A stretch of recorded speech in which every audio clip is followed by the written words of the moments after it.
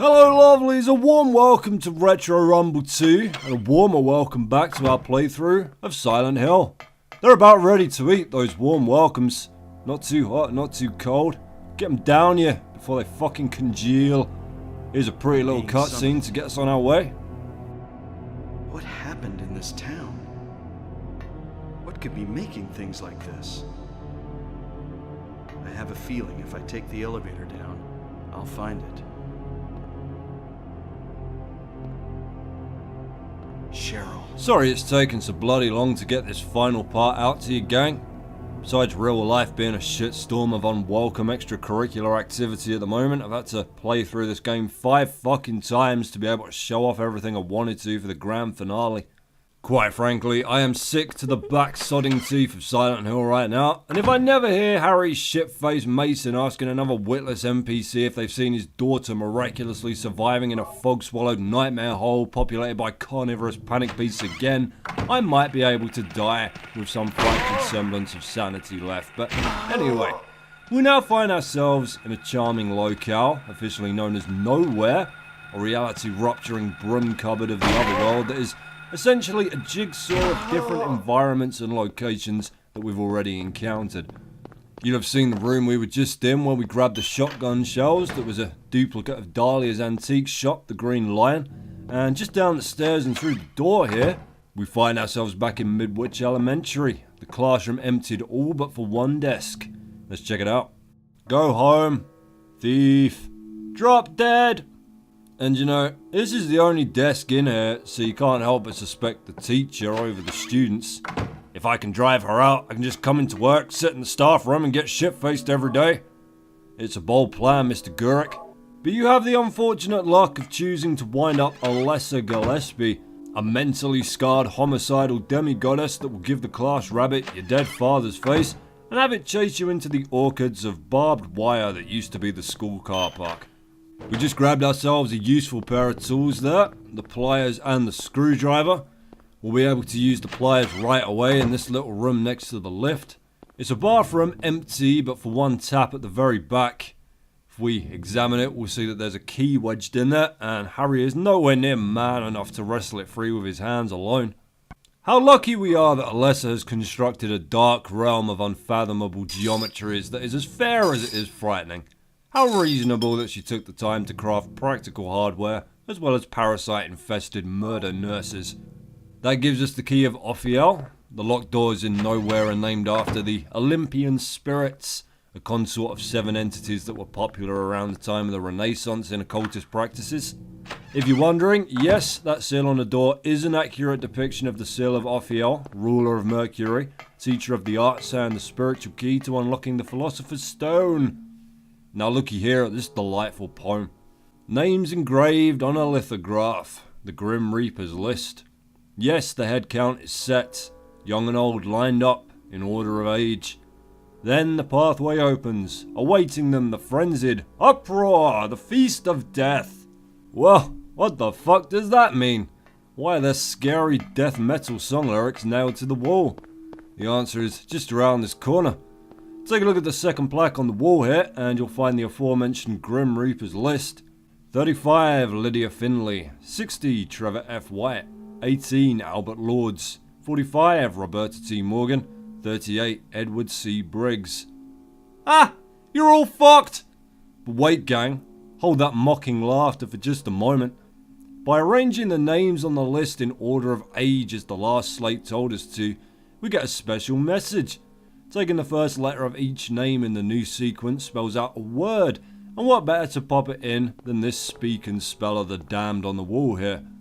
A for Albert, L for Lydia, E for Edward, R for Roberta, and T for Trevor gives us alert and unlocks the door for us. Magic. Cheers, death. Nothing in this little connecting chamber for now, but through the next door, we find ourselves in the morgue from Alchemilla Hospital, and more importantly, the Amulet of Solomon, one of 5 special artifacts that we're going to have to collect before we leave this terrible place. We'll begin our search for the second in just a moment, but first, let's have a catch up with our favourite cowardly whinge bag, Lisa. Lisa, what's the matter with you? I get it now. Why I'm still alive even though everyone else is dead. I'm not the only one who's still walking around. I'm the same as them. I just hadn't noticed it before. Lisa. Stay by me, Harry. Please. I'm so scared. Help me. Save me from them. Please. Harry?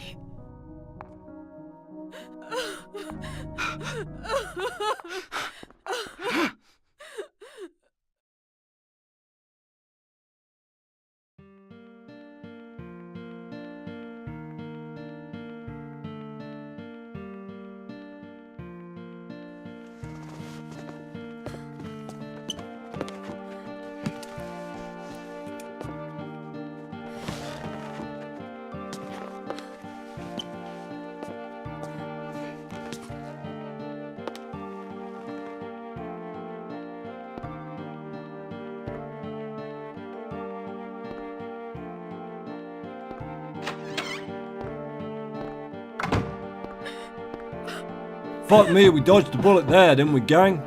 Ladies, if you're hosting a horrifying organism that will eventually seize control of your motor functions and force you to pursue us down badly lit corridors, scalpel in hand, do tell us on the first date.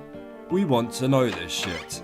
Well, Lisa didn't respect my right to sincerity, so I'm gonna return the favour while she's off gibbering in a vent somewhere by reading her diary. Asked doctor to let me quit being in charge of that patient. It's too weird. Still alive, but with wounds that won't heal. Told the doctor I quit. Won't work at that hospital anymore. The room is filled with insects. Even with doors and windows shut, they get in to spite me. To the hospital. Feeling bad. Need to throw up, but nothing comes out. Vomiting only bile. Blood and pus flow from the bathroom faucet. I tried to stop it, but it won't turn off. Need drug. Help me. Don't we all need drug? Aren't we all? Help me. Clear your mind of Lisa's infantile babble for now, lovelies. This is allegedly the hardest puzzle in the game coming up, so you'll need your thoughts good and uncluttered. And take a look at these frames on the wall here. Here we can see the scales of Libra, with a 2 underneath.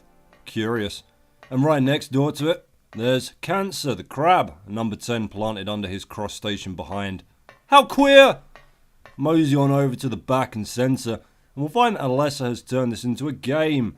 Here we see Sagittarius, the centaur, bow drawn. His number is 6. Who among you can tell me why? In the middle is Taurus, the bull. He's a 4. And finally on the right, the twins, Gemini. No. We're not rating them by how totally smoking hot they are. We're answering the number of limbs they have. The stone of time for your efforts there. Maybe the only real confusing part of this puzzle is that you got Scorpio on the wall to the right and his number is 11. 8 legs, 2 claws, 1 tail.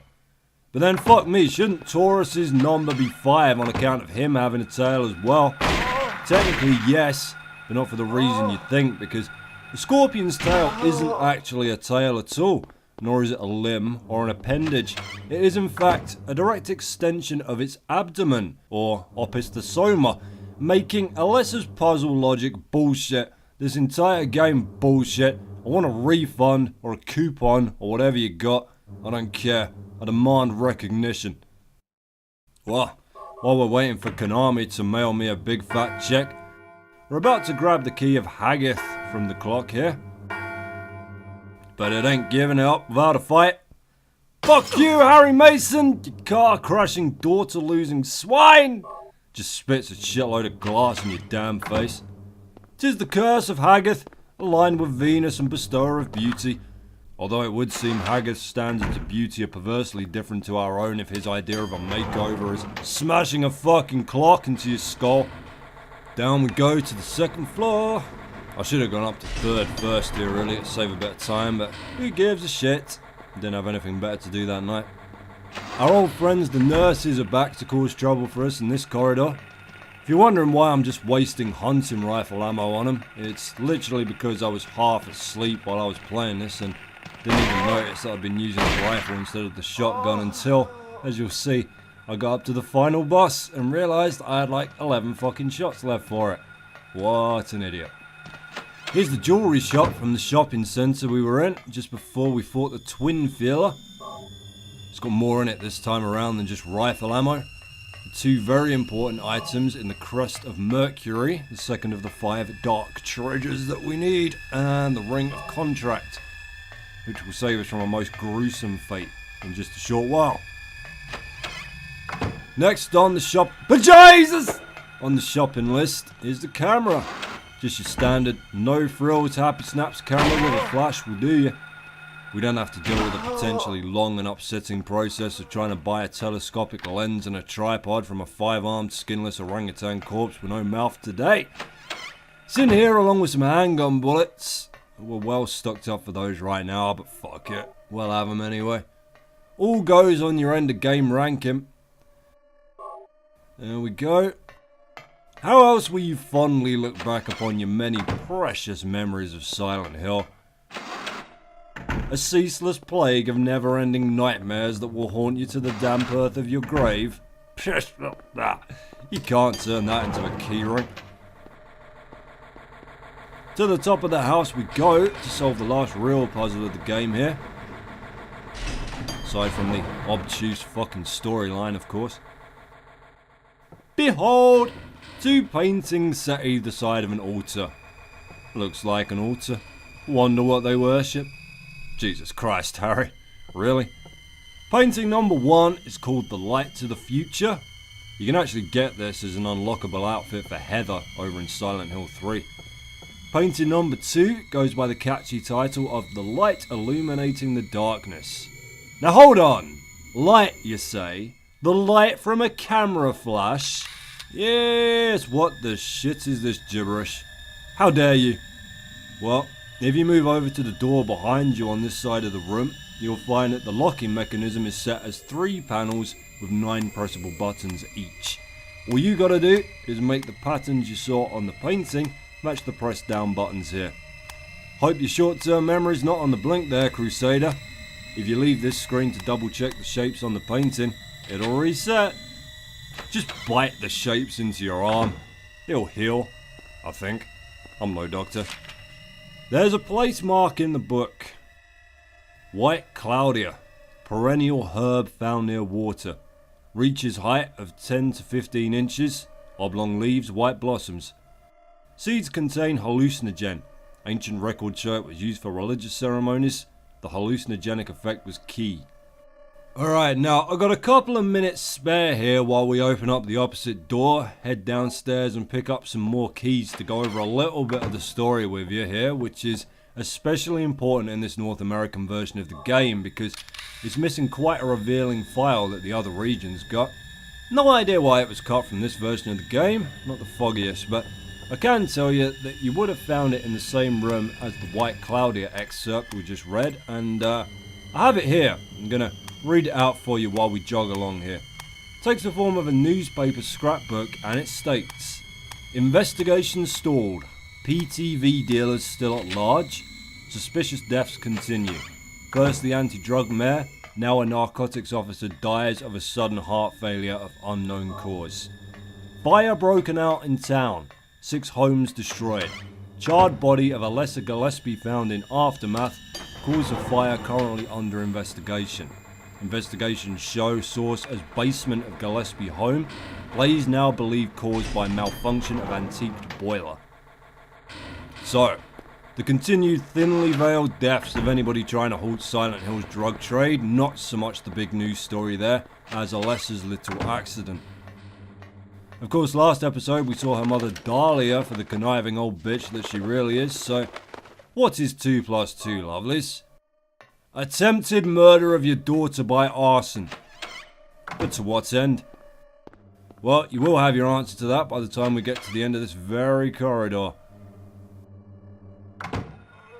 The shadow babies have turned on you here. No more mercy. You're on Mason's team or you're on the wrong fucking team. Alrighty, our third artifact awaits us here. Not this broken chain, but the dagger of Malchiah, just haphazardly jammed into the fridge. Now, if you make the full mistake of turning your back on the fridge in this game, the resident fridge octopus will drag you inside and feast upon your cretinous heart. Nom nom nom nom nom nom nom. And that's an instant game over for you, my friend. So, what you must do before walking away is use that ring of contracts we found in the jeweler's to bind the chain back together. And see here now. Ah! What's the matter, beast? Down a dagger and a meal? Worry not, you pitiful wretch. Your hunger will soon cease when I tear down this world with gunfire and fury, and your pathetic existence with it. This isn't Indiana Jones, you can't escape the end of reality by hiding in the fridge, I'm afraid. Few knickknacks to grab in here. Health drink, never forget! The health drink, so vital, so necessary. We only have 47 left! Precious trickles of life, so rare and costly they are that they must never be used. And, jelly beans! Do you want to open the bag? Fuck it, why not? We need something to cheer us up in this ghoul-infested house of batshittery. Careful now, Harry. You stupid, clumsy fuck, Harry! The jelly beans! Ooh, a key we need to progress, la-di-da. I can't eat that! You better pick up every goddamn singular jelly bean your incompetent bastard hands wrought upon that floor, Mason. After television. We finally get to watch that tape we found back at the hospital now. God rewards the patient. Unless her name is Alessa, apparently. What is it? Still has an unusually high fever. Eyes don't open. Getting a pulse, but just barely breathing. Her skin is all charred. Even when I change the bandages, the blood and pus just start oozing through. Why? What is keeping that child alive? I can't stand it any longer. I won't tell a soul. Promise. So please. There's our old pal Lisa Garland, moaning about having to do something or go somewhere as per usual. You know, that's really the great thing about Lisa. She's so fucking useless at everything that even Alessa, who turned every other medical professional in Alchemilla Hospital into a parasite-driven murder puppet, even Alessa turned her last, almost grudgingly, because she didn't want her brain parasite to starve to fucking death. There's the Ankh and Alessa's ghost having another cry. Go on, off you float there, Casper. Don't want to get your ectoplasm all over my shoes grabbing your artifact. Nothing else in here besides a blatant disregard for whoever's got to clean that shit off the walls when this is all over, so let's carry on down the passage and through the door of Bathor, spirit to Jupiter. Can extend your life to that of 700 years if you ask nicely. And we got to turn the generator off here to de-electrify a wall plate that you may remember from back in Alchemilla Hospital when we were running around grabbing plates of cat and plates of turtle like we were at some mucky foreign restaurant for foreign people. How odd, you may have said to yourself. How odd that we do not need that plate on the wall to solve our puzzle. Well, turns out you do, just like way in the future. Whoa, radical dude. Or the past. Don't rightly know where this is. Where is nowhere, after all? Who is black holes? But here, enough of your cannabis-induced prattle. After turning the power off, you can unscrew the plate with the appropriate tool and find it concealing the key of Aratron, last of these named keys that we need, and indeed so named after another of the Olympian spirits. Aratron, he of the planet Saturn, who can turn men, beasts and objects to stone, cause one to become invisible, and most dramatically, and I'm quoting from the original Arbitel of Magic here, maketh hairy men. So, you ever get sick and your pubes fall out? Aratron's your boy. Here's some plot. Everything is going according to plan, sheltered in the womb. But it's not done yet. Half the soul is lost. That is why the seed lies dormant. And what soul remains captured in that husk is buried deep down in the subconscious. Are you trying to say it won't work? That wasn't our agreement. No, these are just stalling tactics. If we lend a hand, we will be able to get power. Never fear, the promise shall not be broken. But the power we could draw now will be very weak. Almost nothing. Unless we get the other half of the soul. We'll use a magical spell. Feeling this child's pain, it's sure to come. But that will take time.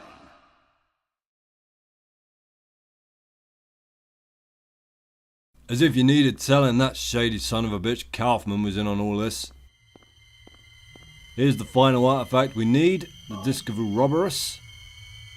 The Ouroboros is an ancient symbol that came to be used across a number of cultures and practices, but as far as records tell us, it was of ancient Egyptian origin.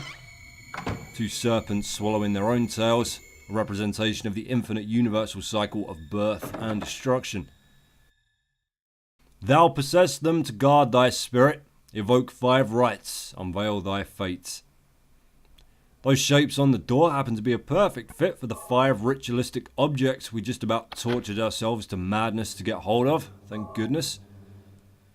There's kind of a massive cutscenes coming your way now, and they're all fairly plot heavy, so I'm gonna let you soak them all in, and then give you a rundown of the wires and the what the fucks while the credits roll after we put the final boss back down in his pit.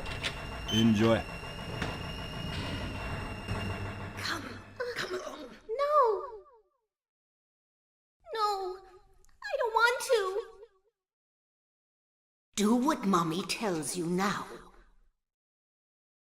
I just want you to lend me a teeny bit of your power. That's all. No. I don't want to do it.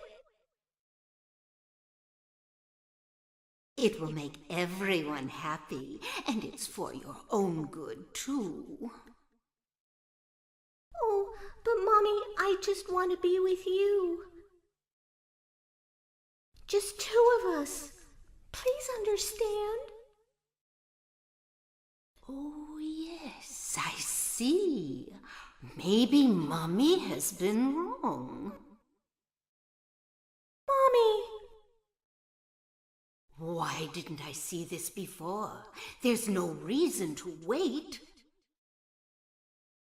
Herein lies the mother's womb, containing the power to create life.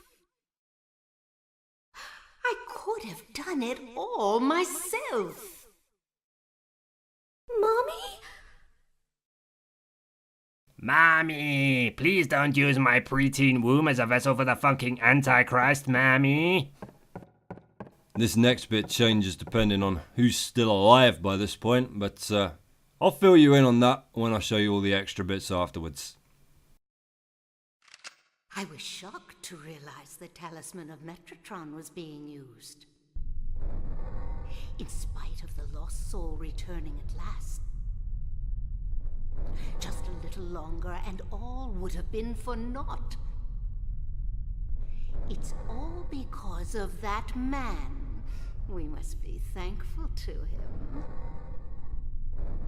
Even though Alessa has been stopped, his little girl has to go. What a pity. Freeze! What in the devil's name?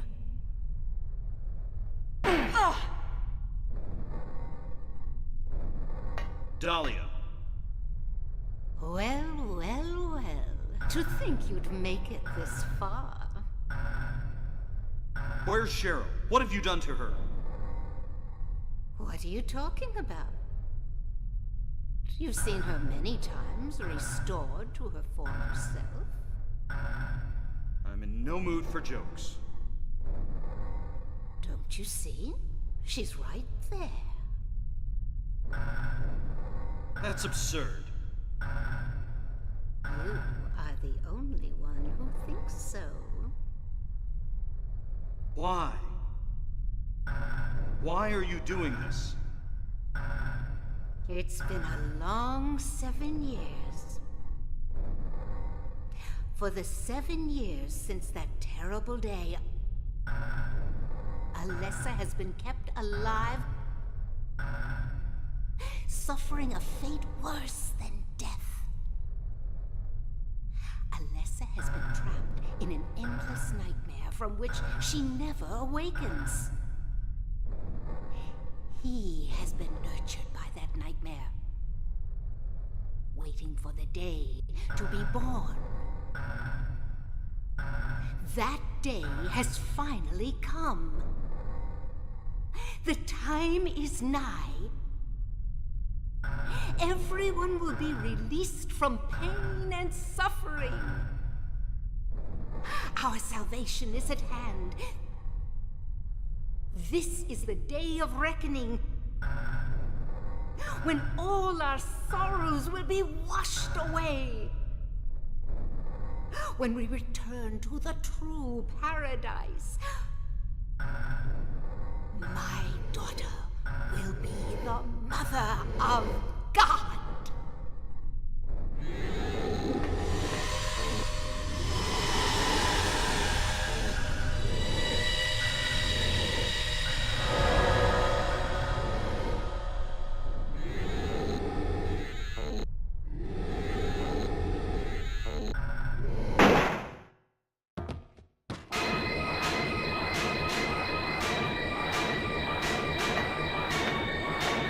Quit screwing around. Return things to how they were before. Kaufman! Did I ask for this? Nobody uses me. You won't get away with this. Your work is over. We don't need you anymore. What do you think you could accomplish by coming here? My, aren't we getting cocky? Bet you can't see this. A glove it is! I thought I got rid of that! All I had to do was plant it somewhere for you to find. You all put out. It kept you busy. Ha! You're easy. Then there's more where this came from. Stop it!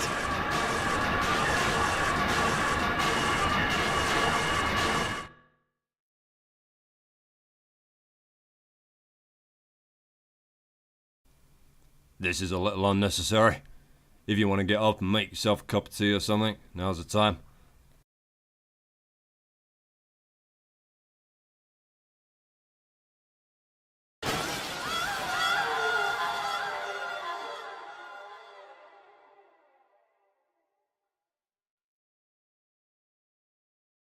Huh?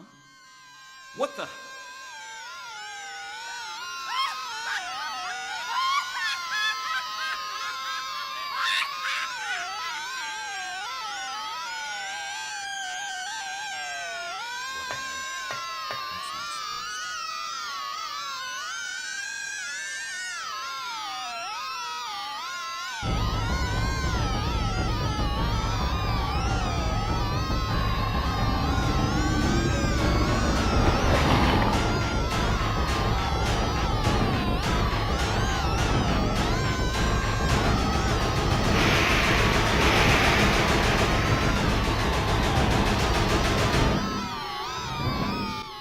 Yeah, thanks for your magic Demon King growth steroid there, Kaufman.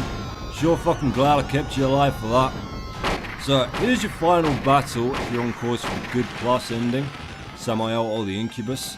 Very similar in appearance to the traditional depiction of Baphomet, the goat-headed god that the Knights Templar were accused of worshipping so that King Philip could have them killed and steal all their treasure. And the fight never gets much more complicated than this, to be honest. Unload a few shots into him, strafe around him in a circle to give yourself the best possible chance of avoiding his deadly lightning attacks. If you do get tagged with a bolt, unpredictable as they can be, Make sure you heal up straight away because you're definitely not going to survive 2 in a row on any difficulty. Now, as I said earlier, I was a very silly sausage and spunked all my hunting rifle ammo where I shouldn't have done, so it takes me slightly longer to blow Goat Christ out the air than it usually does here, but interesting note, if you come into this fight with absolutely 0 ammunition for anything, you can still beat the incubus without firing a single shot. No, not with a kitchen knife, for fuck's sake, don't ever try to do that. What's wrong with you? No, if you just run around avoiding his lightning strikes for a few minutes, he'll just drop dead automatically, which is anticlimactic to say the least. If you find it a bit of a stretch that Harry Mason could knock off a god with around 25 shots of a hunting rifle, one of the most commonly misunderstood plot points here is that the incubus is essentially a living abortion at this point, having been wrenched prematurely from a lesser's womb by the Aglaophytus, so he's kind of as frail and fucked up as gods come, really. I've no idea why I neglected to fire those final 2 rifle rounds before I equipped the shotgun, to be honest. I was just really fucking tired. They didn't make a shit of difference, so I had to fall back on the pistol. Oh, somebody asked me ages ago for a final health drink count before I finished the game. I totally forgot to do that while I was recording this, but I went back and checked my save and I got 49 for my final count. 49 health drinks. There's 52 total in the game, but 3 of them only turn up in New Game Plus, so anyway, enjoy the good plus ending.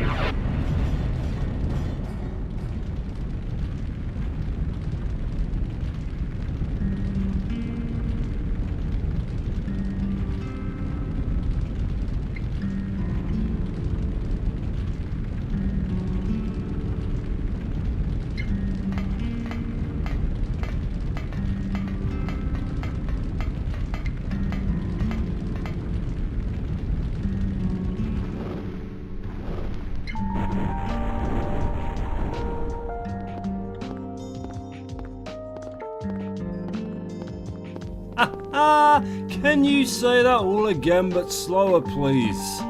I see how much of this I can run by you in the 3 minutes it takes to roll the credits here. So, in the beginning, there were the old ways practiced by the people that founded Silent Hill. They worshipped the dark god Samael, who according to Lisa took child sacrifices, or as she put it, children summoned by the gods. Now in their rituals they used not only the hallucinogenic herb White Claudia that grew naturally nearby on the riverbanks, but also the herb Aglaophilis, the properties of which expelled demons and unwelcome spirits.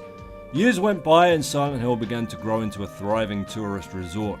As the generations wore on, the townspeople became ashamed of their occultist roots and buried them as so not to scare off their new vacationing customers, who also acquired a taste for the home-cooked narcotic PTV, itself made from the locally plentiful White Claudia and distributed by Dr. Michael Kaufman, who worked at the town's own Alchemilla Hospital. Soon, all that was left of Silent Hill's old religion was the bitter old witch that owned the town's antique shop, Dahlia Gillespie. Her 7-year-old daughter Alessa was tormented in school for being reclusive and different, but was so because she was born with potent psychic and psychokinetic abilities. As an act of vengeance and perceivably justice against the town turning their backs on its devil-worshipping roots, Dahlia plotted to use Alessa's powers to summon Samael to Earth, thus creating a dark paradise that would wipe these newfangled heretics out. But in their current state, Alessa's gifts were too unrefined and immature to accomplish such a task alone. Dahlia would need some way to focus them, harness them, and allow them to grow. Alessa couldn't offer her any resistance from inside of a coma, so Dahlia had her nearly burnt alive in her own home by overpressurizing an antique boiler and then securing the services of Dr. Kaufman to forge her death certificate and keep her hidden and clinging to life just feebly enough to be able to focus her powers through her own comatose nightmares. Kaufman himself would be promised a share of Alessa's power once the deed was done. Now, through magic and medical means, Alessa's powers grew and the plan seemed to be going off without a hitch.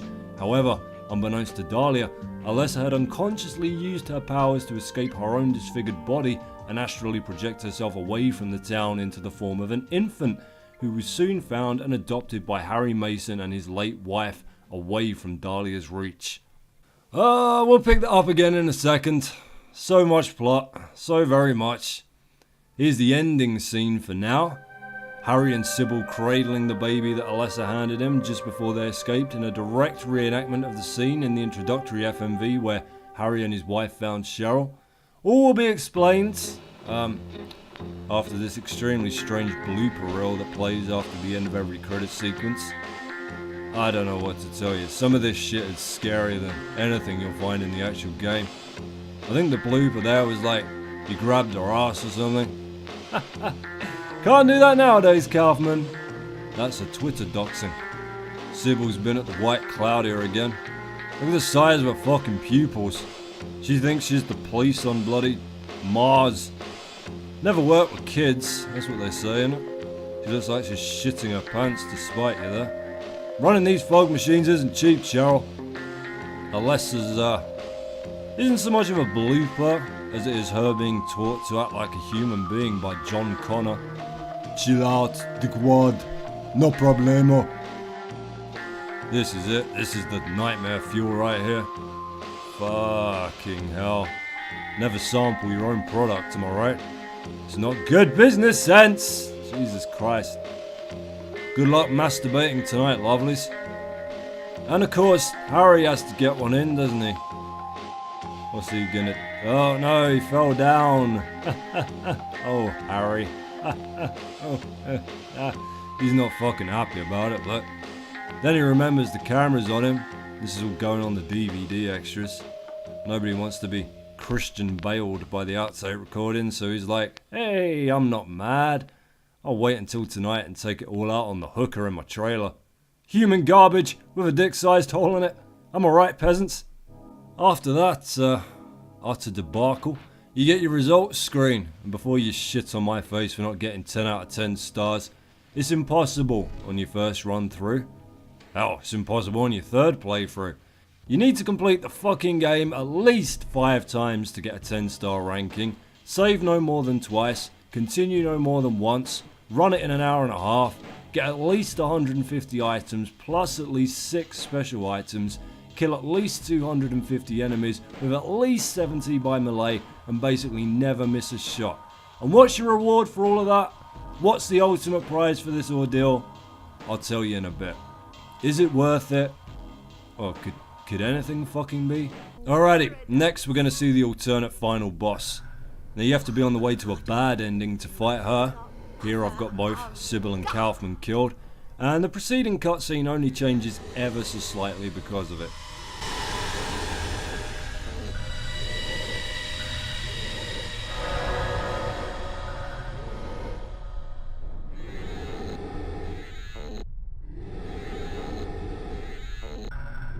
It's awakening. It's awake. Now no one can interfere. Cheryl! Give up. That person no longer exists. This is a god descended among us to reach out and save us. Dahlia still is burning shit though. That's what's important here. This is the incubator. Works exactly the same as the incubus boss fight, except she's a little easier to kill and her lightning attacks aren't quite as lethal. I'd still heal immediately if you get a kick from one though. She doesn't float either, and her protective barrier, I think, is a little wider than that of incubus. You see me there clumsily bumping into it like a stupid idiot. In this line of events, Alessa has merged with Cheryl and awakened the god inside of her. Unfortunately for her, she's burning through her powers quite rapidly, trying to strike us down here. She's also free of Dahlia's pernicious influence, so she's really trying to protect herself more than she's trying to wipe out humanity right here. Same rules apply as the incubus battle. If you somehow wander in with no ammo for anything, Konami will reach down and swat her out of existence after a few minutes of watching you scuttle around defenselessly. No fighting needed. And there you go. Simple as that. Silent Hill isn't exactly renowned for its harrowingly difficult boss battles, and there's the franchise setting its own trend there. Here you'll see the precursor to the two bad endings, which is really a lot of Harry going, Cheryl! Cheryl! No! Thank you, Daddy. Goodbye.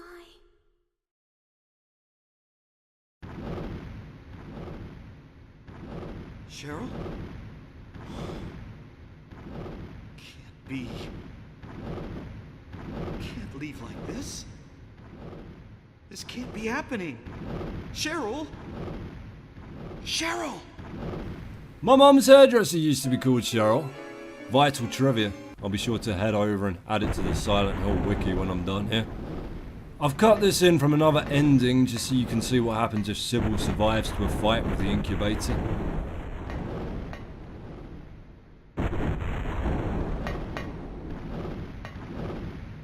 Harry.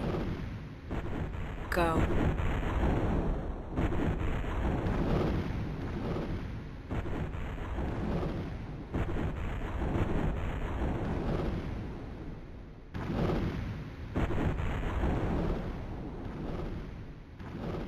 Wow. You're useless, Sybil. I'm gonna shoot you to fucking death. So here, last time I promised to show you what happened if you killed Sybil during the carousel fight. And I'm no liar, lovelies. I wouldn't deprive you of this bloody little treat. Down she goes. You don't shoot at Harry Mason and walk away from it, bitch. The parasite in her brain starts getting the arse ache with the fact that her organs are full of more lead than a gypsy's van, so out it pops to go and find a new puppet to play with, and there's a spot of thrashing around, creepy smile on her face fades, and Bob's your beard-wearing mother. That's a lot. What in the hell? How could this have happened? Well, you remember how you shot her 20 times with a hunting rifle just now? That was probably nothing to do with it. Don't blame yourself. People just drop dead from aneurysms all the fucking time, Harry. Back to the endings now. Harry's fleeing Alessa's nightmare factory with the baby she gave him. Sorry to jump around on you like this. This is actually the good ending, second best you can get, where Sybil's dead but Kaufman survived. Up until Lisa ate him anyway.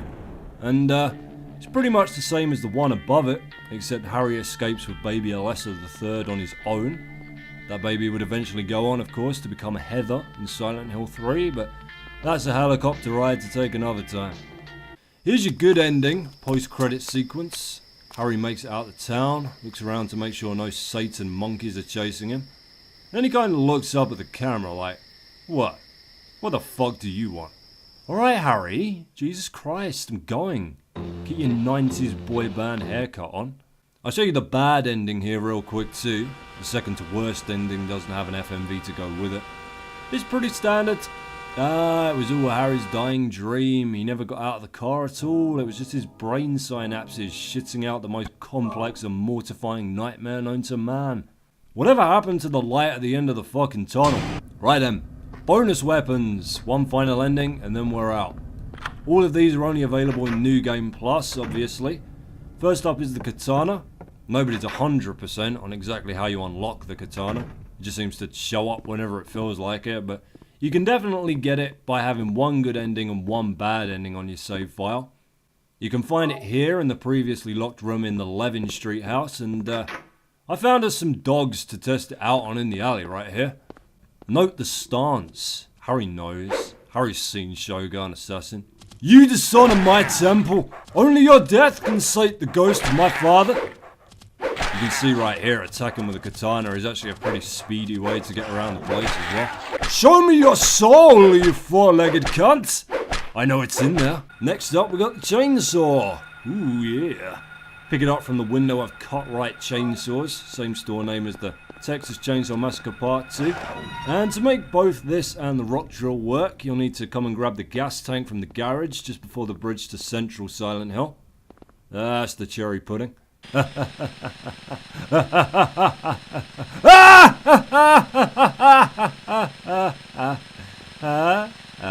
It's actually kind of a clunky, somewhat feeble disappointment that takes forever to actually murder anything with. It does have the advantage of being able to wound enemies just by running into them with it, but if you gotta choose, take the rock drill.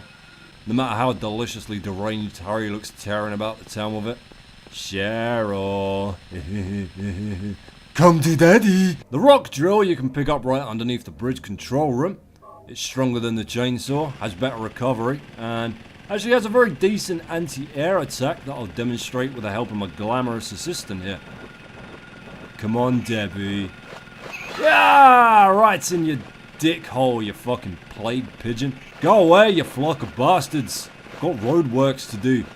Every pothole you stop me from fixing this morning, I'll pop one in your fucking head by the afternoon. The Hyper Blaster. Check this out. Infinite ammo, no messy stray shots, just point and shallow fry. You can eat that now as well, that's cooked through, that is. I killed you, you're dead, I got you. It's like a child's toy. But what it actually is a Konami Hyper Blaster, the light gun controller for the PS1. Now, it comes in 3 different variants here. You start with the red beam, which is equivalent to the strength of a handgun. You get a 7-star ranking at the end of the game. It upgrades to a yellow beam, which is shotgun strength. And your sole reward for completing the game with the hallowed 10-star ranking is a green beam hyper blaster, which is as strong as a hunting rifle. Oh goody, a gun I can use to kill everything marginally faster than its original incarnation because it's rapid fire anyway, in a game I've completed at least 5 times already and am thus sick of the fucking sight of. Whoopee. But how'd you get the hyper blaster in the first place? Well, 2 ways. If you actually own a Konami Hyper Blaster light gun, you can just plug it into the console and the game will automatically just give you one. Yeah, if you were playing Silent Hill for the first time ever and you forgot to unplug your Hyper Blaster from the second player port, your initial impression of the oppressive survival horror atmosphere may have taken something of a knock by charging around the place armed with a fucking god tier Martian ray gun. Or, if you want to get it the proper way, you can do so by completing Silent Hill with its 5th secret ending. And to do that, you need to pop into the convenience store on New Game Plus and grab yourself this new mysterious item, the Channeling Stone. Then you gotta use it in 5 different places. On the roof of the school, outside the hospital, in the motel parking lot, on the boat, and finally here at the top of the lighthouse. Upon using it that last time, you will have inadvertently summoned something far more deadly than any baby-eating goat god. You'll have brought down the fucking Moon Men. I'm not gonna say a word. Not a goddamn word.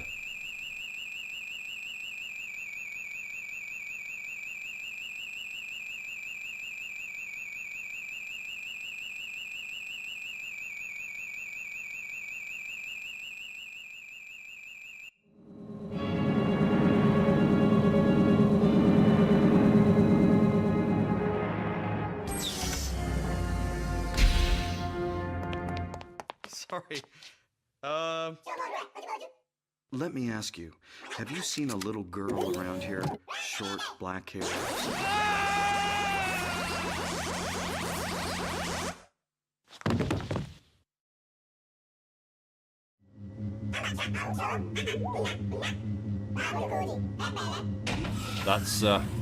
That's the canon ending right there. Don't let anybody tell you otherwise. So there! There you go. That's Silent Hill all wrapped up for you. Oh, fuck, the rest of the plot. Well, sure, god damn it, there's not a whole bunch of it left. So, Alessa's in a coma, Dahlia's dastardly Armageddon is afoot, and Harry has just found the chunk of Alessa's soul or consciousness that she projected out and away to the outskirts of Silent Hill in the form of a newborn baby, who Harry and his wife named Cheryl. Kaufman realizes he needs somebody else on board to look after Alessa around the clock, so he recruits Lisa Garland and swears her to secrecy, never to reveal her existence in a lonely room hidden in the bowels of the hospital. And while this is going on, Dahlia channels Alessa's existing powers to fulfill her end of the bargain with Kaufman and eliminate the task force investigating his drug dealing network, starting with a few standard narcotics officers, but eventually taking the life of the town mayor as well via unexplained heart attacks. And it's around this time that two things happen. First, Dahlia realizes that her daughter has sheltered a shitload of her power elsewhere via astral projection, and the remainder she has left to work with is nowhere near enough to birth Samael. Second, Lisa starts to have a complete mental breakdown, hallucinating blood running from the taps, insects crawling out of Christ knows where, and as we can ascertain from the diary we found and the videotape we watched, pleads with Kaufman to let her leave the hospital, swearing never to reveal anything about Alessa's existence. Now, Kaufman has too much to lose and refuses, of course. How he managed to net Lisa into such an arrangement in the first place is open to debate, but the clue in her diary points to her being a drug addict. Kaufman may well have offered to keep her in good supply, being the head honcho of the PTV ring and all. Now this takes place over the course of 7 years or so, Cheryl's age when the game starts properly. In this time, Alessa has grown into a teenager and her powers along with her. Unfortunately for everybody around her, sending half of her consciousness out of her body has done nothing for her mental state, and her nightmares grow more horrifying, eventually beginning to manifest themselves in the physical world. The nightmares spread through the town, driving the inhabitants insane and bringing terrible monsters into existence to destroy anybody who survived. The monsters themselves were reflections of Alessa's own life before the fire, the ghoulish children from the school that taunted her. Even the butterflies, moths and insects she collected became titanic grubs and sewer-dwelling demons. The scene was set for Harry and Cheryl's arrival. So there you go. There's deeper discussions to be had about this fantastic story, truly there is, but let's go ahead and have them in the comments section, eh? Join me next week, we're doing Dino Crisis.